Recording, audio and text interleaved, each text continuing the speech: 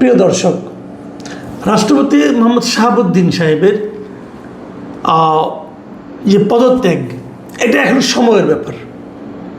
গত 2-3 দিন ধরে কানাঘুষা শোনা যাচ্ছিল এবং আমি যতটুকু জানি এবং খুবই নির্ভরযোগ্য সূত্র থেকেই আমি জেনেছি যে 2-3 দিন সময় ম্যাক্সিমাম, এটা যে কোনো সময় উনি পদত্যাগ করতেছেন। এবং এই জন্যই পদত্যাগ করছেন। কেন করছেন? এই কারণটা কি? ওনার মেয়াদ তো শেষ হয়নি। উনি রাষ্ট্রপতি হিসেবে নিয়োগ পেয়েছিলেন 2023 সালের 24 এপ্রিল। সেই হিসাবে 2028 সালের এপ্রিলে ওনার মেয়াদ শেষ হওয়ার কথা, আর এখন চলছে 2026 সালের জুলাই মাস। তাহলে ওনার কিন্তু আরও প্রায় 2 বছর মেয়াদ আছে, কিন্তু তার আগেই ওনার চলে যাওয়ার বিষয়টা এখন মোটামুটি চূড়ান্ত হয়ে গেছে। দেখুন, রাষ্ট্রপতি কিভাবে চলে যান। রাষ্ট্রপতি একাধিকভাবে চলে যেতে পারেন, মেয়াদ শেষ হলে চলে যেতে পারেন, উনি নিজে থেকে পদত্যাগ করতে পারেন, ওনার যদি মৃত্যু হয় তাহলে চলে যেতে পারেন, এবং ওনাকে যদি অভিশংসন করা হয়, মানে রাষ্ট্রপতি তো নির্বাচিত হন সংসদ সদস্যদের দ্বারা। যদি সংসদ সদস্যরা চান যে ওনাকে আর রাষ্ট্রপতি থাকার ওনারা চান না, তাহলে ভোট দিয়ে ওনাকে করে দিতে পারেন। সেক্ষেত্রে নিয়মটা হলো যে সংখ্যাগরিষ্ঠ সংখ্যক, মানে মিনিমাম 151 জন সংসদ সদস্য স্বাক্ষরযুক্ত একটা কাগজে ওনারা স্পিকারের কাছে বলবেন যে ওনারা রাষ্ট্রপতির অভিশংসন চান। তখন রাষ্ট্রপতি সেটা নিয়ে আলোচনা করবেন, কথাবার্তা হবে, রাষ্ট্রপতি তার প্রতিনিধিও পাঠাতে পারেন, তারপরে সেটা একটা ভোট হবে। সেই ভোটে যদি 2/3 সংসদ সদস্য চান যে রাষ্ট্রপতিকে ওনারা চান না, তাহলে রাষ্ট্রপতির অভিশংসন হয়ে যায়, ওনার পদ চলে যায়। আরেকটা পদ্ধতি আছে, যদি রাষ্ট্রপতি শারীরিকভাবে অক্ষম হন, যদি মানসিকভাবে ওনার অসুস্থতা ধরা পড়ে, এ সমস্ত কারণেও ওনাকে সরিয়ে দেওয়া যেতে পারে। তো শাহাবুদ্দিন সাহেব কীভাবে যাচ্ছেন? শাহাবুদ্দিন সাহেবকে অভিশংসন করা হবে এটা নিশ্চয়ই উনি চান না, আমি যতটুকু বুঝি চান না। এবং আমি এটাও বুঝি ওনার সঙ্গে সরকারের সম্পর্কটা একেবারে দা কুমড়ার মতো নয়। উনি আসলে নিজে থেকেই পদত্যাগ করতে চাচ্ছেন, পদত্যাগ হয়তো করবেন।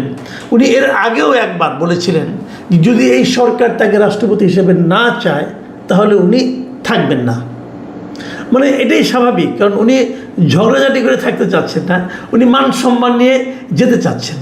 এখন যদি মান সম্মান নিয়ে উনি যেতে চান তাহলে তো কোনো সমস্যা নেই, উনি যেতেই পারেন, উনি নিজে থেকে পদত্যাগ করবেন, তারপর বিএনপি আরেকজনকে বানাবেন। আর যদি উনি পদত্যাগ না করেন, ধরা যায় বিএনপি চায় কিন্তু উনি পদত্যাগ করতে চাচ্ছেন না, তখন কি হবে? অভিশংসনের আয়োজন করা হবে, আরও কিছুদিন চলবে এবং একটা সম্পর্কটা তিক্ততার পর্যায়ে পৌঁছবে। সেটা হওয়াটা স্বাভাবিক না। সবচেয়ে ভালো হতো যদি বিএনপি তাদের এই প্রথম 5 বছর, মানে রাষ্ট্রপতির 5 বছর, মানে 2028 এপ্রিল পর্যন্ত এই রাষ্ট্রপতিকে রেখেই দিতেন। আমি পার্সোনালি মনে করি এই কারণে যে আসলে আমাদের রাষ্ট্রপতির তেমন কোনো ক্ষমতা নাই। যতটুকু ক্ষমতা আছে এই রাষ্ট্রপতি সেই ক্ষমতার কিছুই এই বিএনপি সরকারের বিরুদ্ধে প্রয়োগ করেন নাই।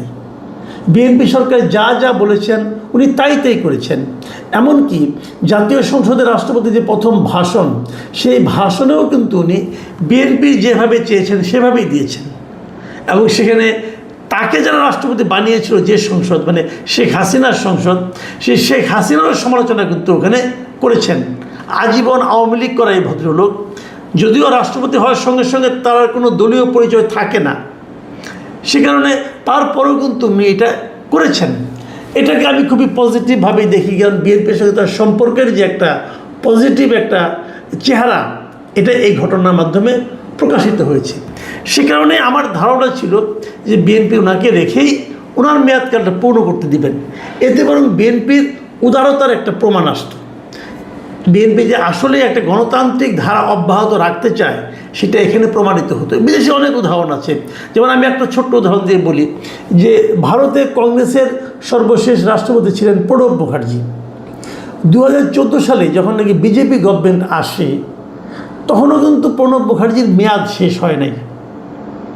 প্রণব মুখার্জি বিজেপি আসার পরেও আরও 2-3 বছর উনি ছিলেন এবং উনি ওনার মেয়াদ পূর্ণ করেই গেছেন। ওনাকে চাইলে কি বিজেপি অপসারণ করতে পারতো না? পারতো। ওনাকে ওই যে চাপ দিত, প্রণব মুখার্জি নিজেও চলে যেতেন, কিন্তু তা কিছুই করেননি।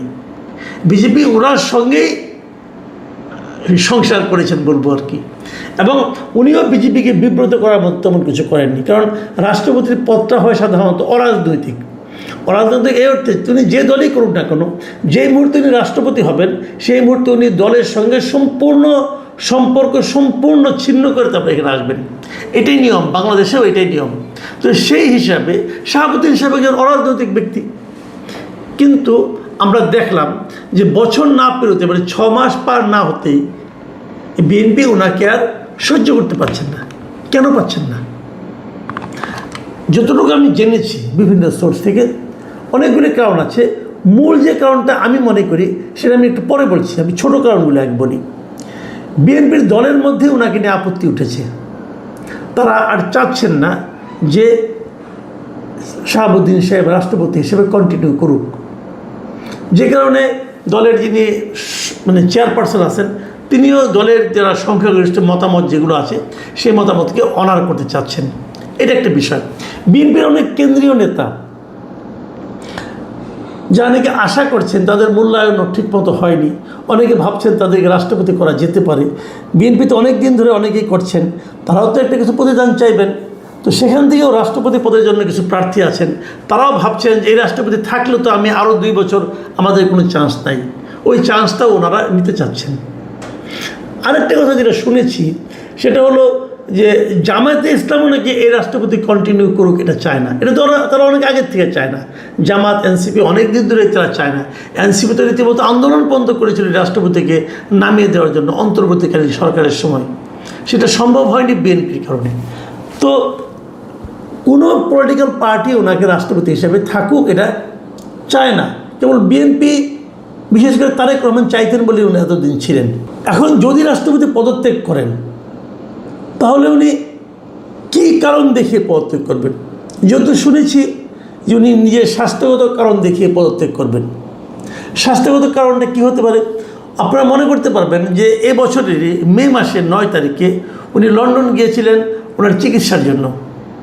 লন্ডনে যে লন্ডনের কেমব্রিজের রয়্যাল পেপওয়ার্থ হাসপাতালে ওনার স্বাস্থ্য পরীক্ষা হয়েছে, অ্যাঞ্জিওগ্রাম করা হয়েছে এবং সেখানে তার হৃৎপিণ্ডে ব্লক ধরা পড়েছে এবং ব্লক ধরার পর সেখানে অ্যাঞ্জিওপ্লাস্টি করা হয়েছে, মানে স্টেন্ট বসানো হয়েছে।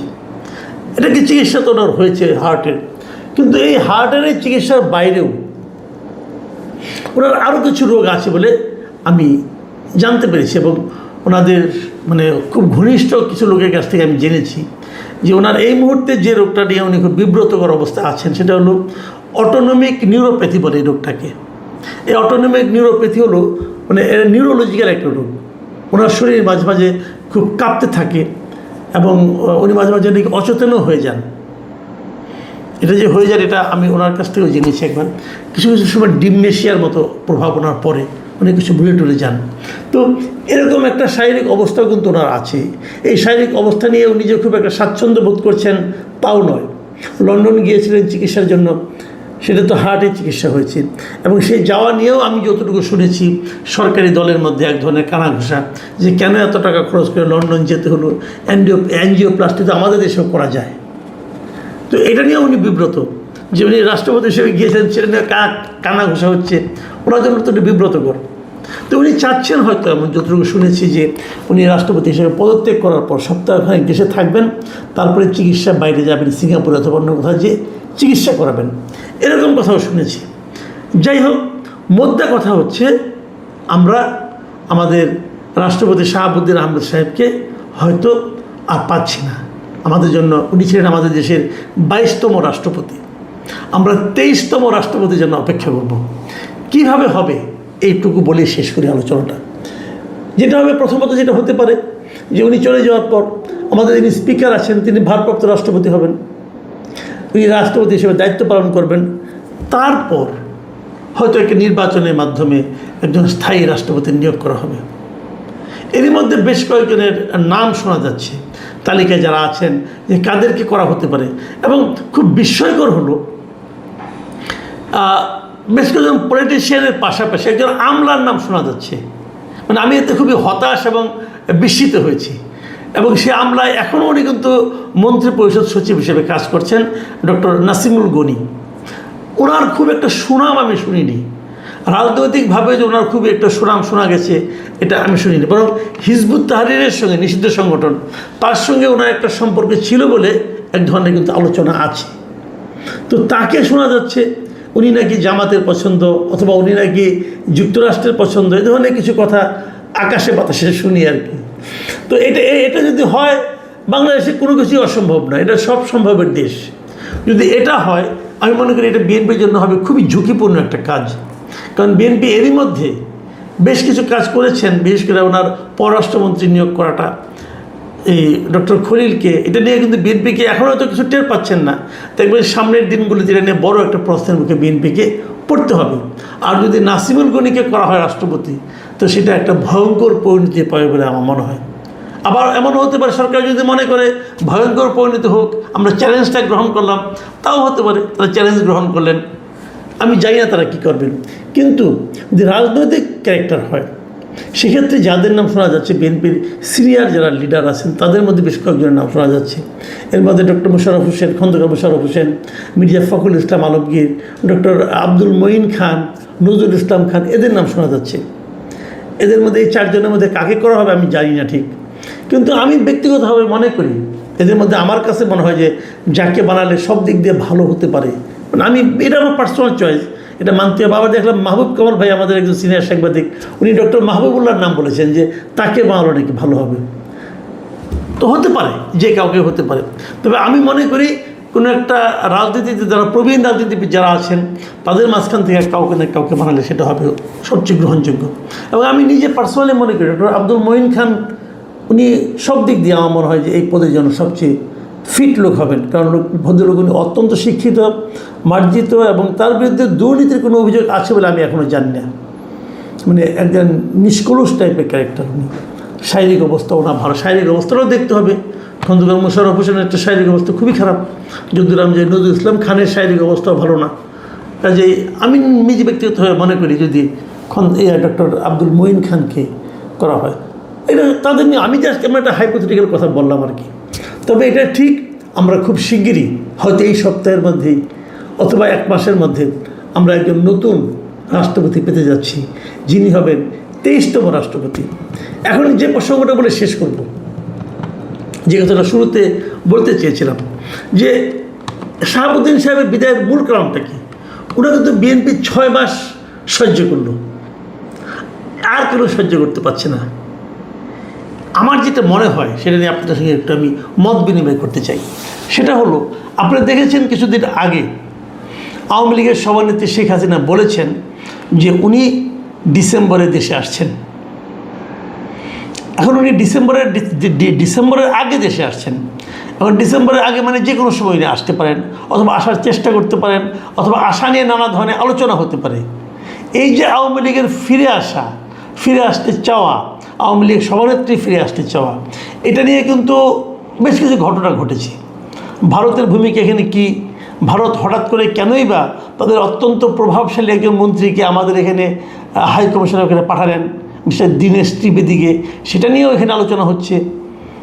এই সমস্ত আলোচনার মধ্যে যতদূর আমি শুনতে পেরেছি, জানতে পেরেছি, যে বিএনপি প্রেসিডেন্ট হিসেবে শাহাবুদ্দিন সাহেবকে নিয়ে আর ঝুঁকি নিতে চাচ্ছেন না।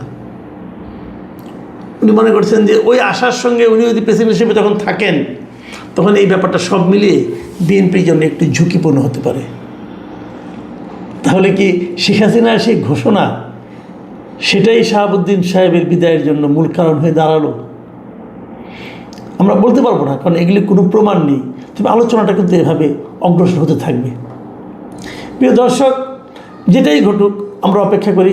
কিন্তু আমি ব্যক্তিগতভাবে আগেই বলেছি যে গণতান্ত্রিক ধারা অব্যাহত রাখাটাই সবার জন্য সম্মানজনক হতে পারত। আপনারা ভালো থাকবেন। এখন এ পর্যন্তই। আল্লাহ হাফেজ।